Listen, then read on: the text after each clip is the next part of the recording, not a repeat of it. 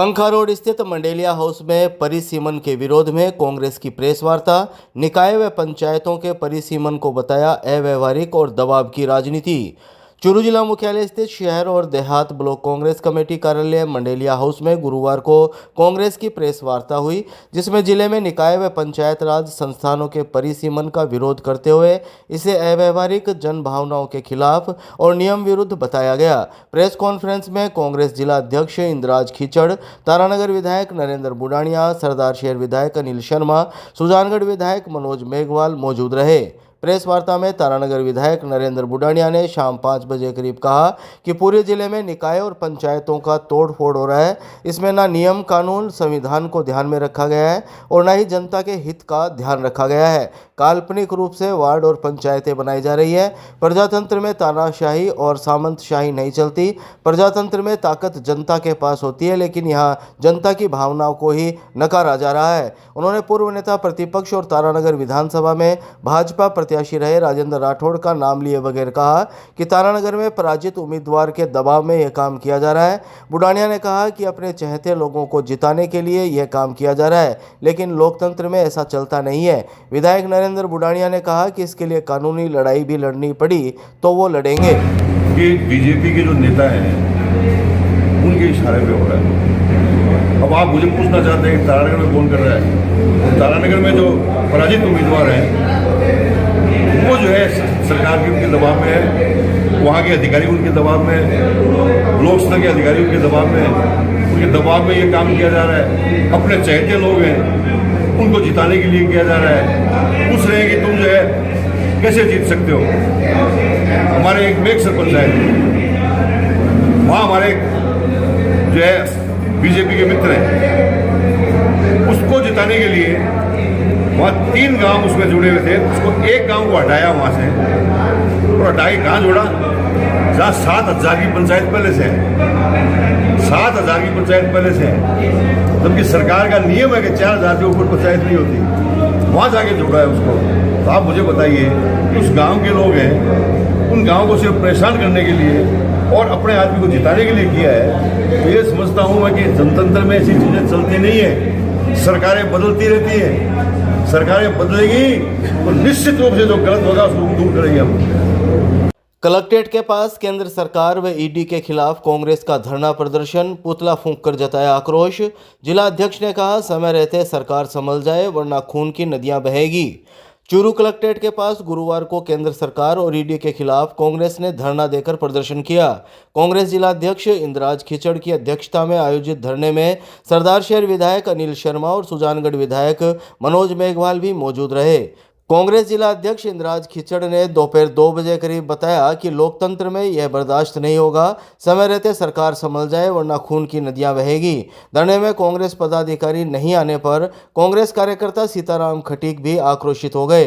उन्होंने कांग्रेस की एकजुटता पर सवाल खड़े करते हुए कहा कि जब तक बड़े लीडर एससी में से निकलकर आम कार्यकर्ता के साथ सड़क पर नहीं उतरेंगे, तब तक ऐसे प्रदर्शन का कोई औचित्य नहीं है।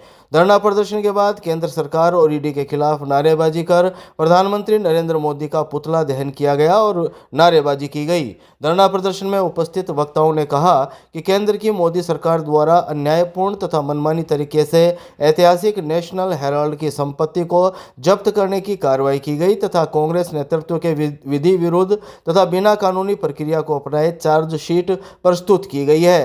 केंद्र सरकार द्वारा राजनीतिक द्वेषता के कारण अपनी शक्तियों का दुरुपयोग कर सभी राजनीतिक मूल्यों को ताक पर रखकर विपक्ष की आवाज को दबाने के लिए यूपीए चेयरपर्सन श्रीमती सोनिया गांधी और विपक्ष के नेता राहुल गांधी तथा अन्य वरिष्ठ कांग्रेसी नेताओं के विरुद्ध मनमानी तरीके से कार्रवाई करते हुए चार्जशीट पेश की गई है, जो केवल मात्र राजनीतिक प्रतिशोध की कार्रवाई है। उन्होंने कहा कि इसके लिए कांग्रेस सड़क से लेकर संसद तक लोकतांत्रिक तरीके से विरोध करेगी। प्रजातंत्र में ऐसा अगर धर्म अहिंसा के साथ में सरकारें चलेंगी, लोगों को अनावश्यक परेशान किया जाएगा, ये दुर्भाग्य की बात है। हम इसको कोई कंडीशन में बर्दाश्त नहीं करेंगे। हर कांग्रेस का कार्यकर्ता अगर दिक्कत आई कहीं तो यहाँ चक्का जाम कर देंगे। पूरा हिंदुस्तान के अंदर एक भी पत्ता नहीं हिलेगा। मैं आपको बताना चाहता हूं, आज जब कांग्रेस में हमारे नेता सोनिया जी, राहुल जी अच्छी तरह से, इसमें सीएम पित्रा जी, कई लोग, मोतीलाल जी बोरा जी, काफी लोग इनमें ये एक शेयर कंपनी ऐसी एक वो कंपनी को दी जो नो लॉस नो प्रॉफिट में चल रही थी। आप लोगों को मेरे से ज्यादा पता होगा, जो इनके ऊपर वो मामला वापस रिपीट करवा रहे हैं, उसको शुरू करवा रहे हैं। क्या चाहते हो आप? प्रजातंत्र को एक मजाक बना के रखा है। तो हम लोग यही कहना चाहते हैं, हमारा इसीलिए आज ये धरना और प्रदर्शन था। मोदी जी का पुतला जलाया है और हम लोग चाहते हैं कि समय रहते ये सरकार संभल जाए, नहीं तो अन्यथा खून की नदियां बह जाएंगी। हम नहीं चाहते हैं कि ऐसा वातावरण देश के अंदर, ऐसी गतिविधि बने। क्रिकेट के जुनून में घर से निकला 11 वर्षीय नाबालिग, लाल घंटा घर के पास से किया गया रेस्क्यू, नाबालिग के परिजनों की तलाश जारी। चूरू की चाइल्ड हेल्पलाइन टीम ने शहर के लाल घंटाघर के पास से 11 वर्षीय नाबालिग का रेस्क्यू किया है। इस नाबालिग को क्रिकेट खेलने का ऐसा जुनून चढ़ा कि दोस्तों के साथ क्रिकेट खेलने के लिए वह बिना बताए घर से निकल गया। यही नहीं, बालक अपने साथ बैग में रोजमर्रा का सामान भी साथ लेकर आया है। 11 वर्षीय नाबालिग गुरुवार तड़के करीब 3:30 बजे कोतवाली पुलिस को गश्त के दौरान लाल घंटाघर के पास लावारिस हालत में मिला, जिसकी सूचना कोतवाली पुलिस ने चाइल्ड हेल्पलाइन को दी। सूचना के बाद 1098 चाइल्ड हेल्पलाइन की टीम मौके पर पहुंची। काउंसलर वर्षा कंवर ने नाबालिग की काउंसलिंग की। चाइल्ड हेल्पलाइन के जिला समन्वयक पन्ने सिंह ने शाम करीब 5 बजे करीब बताया कि काउंसलिंग में सामने आया कि झुंझुनू जिले के रहने वाले 11 वर्षीय बालक को क्रिकेट खेलने का बहुत शौक है, जो अपने दोस्तों के साथ ऊंटवालिया में क्रिकेट खेलने के लिए आना बता रहा है। बालक अपने साथ बैग में तकिया, बेडशीट, टूथपेस्ट, नहाने और कपड़े धोने की साबुन, पहनने और के कपड़े, टोपी, चम्मच व बिस्किट आदि लेकर आया है। वह लाल घंटाघर तक कैसे पहुंचा, इसके बारे में बालक कुछ भी नहीं बता पा रहा। चाइल्ड हेल्पलाइन टीम ने नाबालिग का जिला अस्पताल में मेडिकल मुआयना करवाया है। टीम नाबालिग के परिजनों की तलाश में जुटी है। वहीं नाबालिग बालक भी अपने परिजनों के बारे में सही तरीके से नहीं बता पा रहा। बहरहाल चाइल्ड हेल्पलाइन टीम ने नाबालिग को बाल कल्याण समिति के समक्ष पेश किया है। उसके परिजनों की तलाश की जा रही है।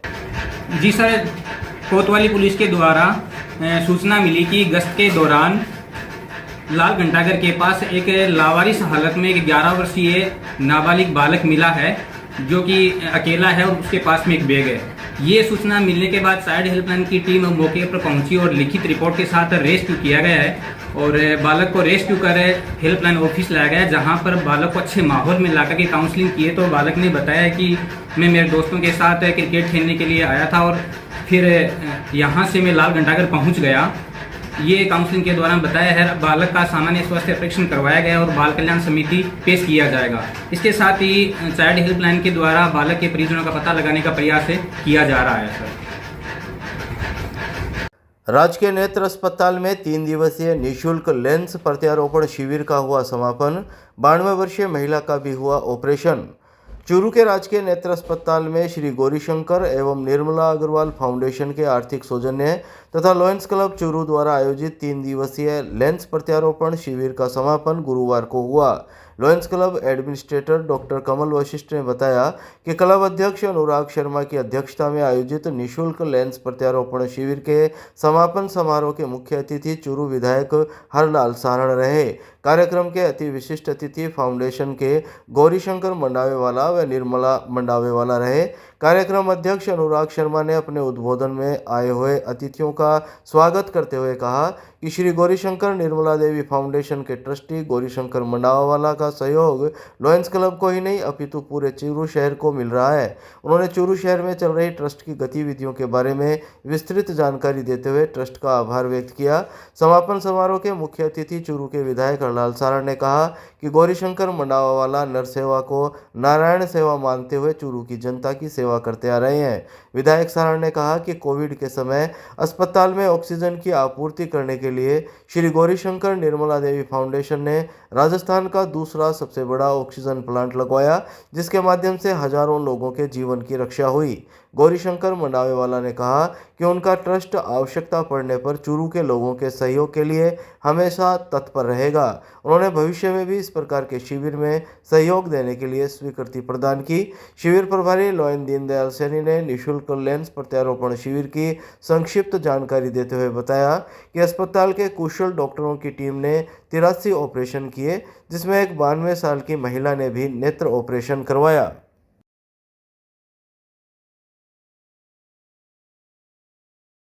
राजस्थान राज्य अनुसूचित जाति वित्त एवं विकास आयोग अध्यक्ष राजेंद्र कुमार नायक ने सर्किट हाउस में की प्रेस वार्ता, योजनाओं की दी जानकारी। राजस्थान राज्य अनुसूचित जाति वित्त एवं विकास आयोग अध्यक्ष राजेंद्र कुमार नायक ने गुरुवार को चूरू जिला मुख्यालय स्थित सर्किट हाउस में प्रेस वार्ता की। प्रेस वार्ता में उन्होंने प्रदेश सरकार के जन कल्याणकारी फैसलों, नीतियों और योजनाओं के बारे में जानकारी दी। सूचना और जनसंपर्क विभाग द्वारा शाम 6 बजे जारी प्रेस नोट के मुताबिक उन्होंने कहा कि सरकार अपनी योजनाओं के माध्यम से समाज के प्रत्येक पात्र और वंचित व्यक्ति तक पहुंच बना रही है। सरकार ने 1.25 साल में अपनी बजट की 50% से अधिक घोषणाओं को पूरा करने का काम किया है। उन्होंने कहा कि हमारी सरकार ने बाबा साहब डॉक्टर भीमराव अंबेडकर से जुड़े 5 स्थानों को पंच तीर्थ मानकर संवैधानिक मूल्यों को सुदृढ़ करने के विशेष प्रयास किए हैं। इसी के साथ प्रदेश सरकार 50% से अधिक अनुसूचित जाति जनजाति की आबादी वाले गांवों में विशेष योजना लाने पर काम कर रही है। उन्होंने अनुजा निगम, अनुसूचित जाति वर्ग से जुड़ी कल्याणकारी योजनाओं और आयोग की नीतियों, निर्णयों की जानकारी भी साझा की। जो माननीय मुख्यमंत्री जी ने घोषणा करी है, यही तो आपने जब से वो बने हैं मुख्यमंत्री, तो सोशल जो पेंशन्स है उसको उसकी जो राशि बढ़ा दी गई है। और एक और घोषणा उन्होंने की है, 250 करोड़ सैंक्शन किया है कि जिन गांवों की जनसंख्या में 50% से ज़्यादा SC के ST के लोग हैं, उनको एक विशेष रूप से उनका विकास किया जाएगा। और पंच तीर्थ के लिए बाबा साहब के जन्म दिवस पर उसके लिए बस सेवाएं शुरू की है। और मैं जन सुनवाई कर रहा हूँ, गाँव में हर जगह में जा रहा हूँ। वहाँ तक पानी नहीं पहुँच पाता है, तो अब सरकार का, प्रशासन का हमारा पूरा प्रयास है कि हम जल्द से जल्द इस काम को पूरा कर सकें। कलेक्ट्रेट में जिला कलेक्टर ने की जन सुनवाई, परिवादों के निस्तारण के दिए निर्देश। चूरू जिला कलेक्टर अभिषेक सुराणा ने कहा कि अधिकारी आमजन के परिवादों के निस्तारण में संवेदनशीलता बरतें और आमजन को गुणवत्तापूर्ण निस्तारण के साथ संतुष्ट करें। जिला कलेक्टर अभिषेक सुराणा ने गुरुवार को कलेक्ट्रेट में जिला स्तरीय जन सुनवाई में जिले भर से आमजन के अभाव अभियोग सुने और अधिकारियों को परिवादों में समुचित कार्यवाही कर गुणवत्तापूर्ण निस्तारण के निर्देश दिए। सूचना और जनसंपर्क विभाग द्वारा शाम 7 बजे करीब जारी प्रेस नोट के मुताबिक जिला कलेक्टर सुराणा ने कहा कि मुख्यमंत्री भजन लाल शर्मा आमजन की समस्याओं को लेकर अत्यंत गंभीर हैं, इसलिए सरकार की मंशानुरूप जन सुनवाई से प्राप्त परिवादों का समयबद्ध निस्तारण हो। जन सुनवाई में दिव्यांगों ने अपनी समस्या बताई, जिस पर जिला कलेक्टर ने कहा कि सभी अधिकारी दिव्यांगों से प्राप्त होने वाली शिकायतों और प्रकरणों का संवेदनशीलता के साथ निस्तारण करें। खाद्य सुरक्षा योजना, पालनहार योजना सहित विभिन्न योजनाओं में दिव्यांगों के आवेदनों को प्राथमिकता से निस्तारित करें। जन सुनवाई के दौरान पेयजल कनेक्शन, बिजली आपूर्ति, क्षतिग्रस्त पाइपलाइन, अतिक्रमण, रास्ते के विवाद, स्वच्छता, चूरू शहर मुख्यालय पर शौचालय, पुजारियों के नाम रजिस्टर्ड में दर्ज करवाने, सीवरेज पाइपलाइन टूटने, पंचायतों के पुनर्गठन पर आपत्तियां सहित कुल 40 प्रकरण प्राप्त हुए।